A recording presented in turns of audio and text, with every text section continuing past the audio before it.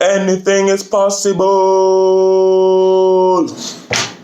Yeah, anything is possible. Man, I remember when this whole coronavirus thing just started initially, and I remember how fearful I was at the time.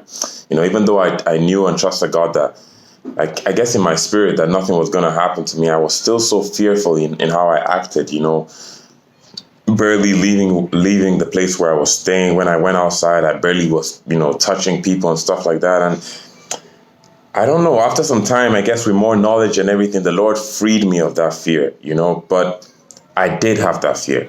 Sometimes I look around at people who are still so fearful like that, and I feel like it's silly. But then I remember that, hey, I was once like this, and the Lord delivered me from it, And it just really strikes me as, going to a point that if you really, submit yourself to God and you're letting God guide your life, He will rid you of all fears in your life, and delusions, and strongholds. We're living in a world today where the whole world is being dictated by this virus and whatnot, by this thing, and everybody's movements and everything is being controlled. And I mean, it's so obvious that this is setting the stage for the mark of the beast. I mean, I look at what's going on in the world right now, and I think to myself, like, Lord, how can this not be how can this not be the mark of the beast system? I mean, everything that is written concerning the mark of the beast is how they're trying to implement this whole thing right now, And I'm like, wow, this is crazy. And there's so many things that don't that there's no common sense in, but people are just falling for these things and just buying it because fear is a strong emotion.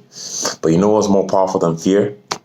Love. You know why? Perfect love casts out fear. And I don't even know how that correlates to what I'm saying right now, but I just know it's the truth, because when you get to know God, you lose fear of the wrath of God. And that's the only thing you really should fear in this life, because, I mean, okay, it's only God really is the only one that determines the start and the end date of your life and where you will end up in the afterlife, which is the key thing. So if you're putting your trust in God, and, trust comes with love, I don't see any way you can trust someone without, trust can go without love, or love without trust, so if you're loving God and trusting Him, He will remove all these fears from your life. That's a guarantee. And people need to be very careful, especially in these times that we're living in, because it's crazy.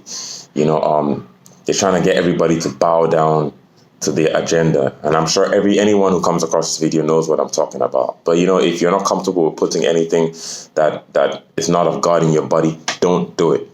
As much as possible, don't do it. The Lord, I really, in my heart of hearts, I believe the Lord will make a way for His own somehow, some way, somehow.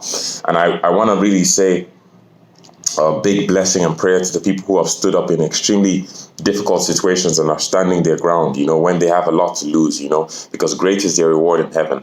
I cannot say that I have stood up to that level, not at all, but I have great admiration for the people who have, and I pray that the Lord continues to give us the strength to do whatever He will have us do, whether it be little, whether it be great.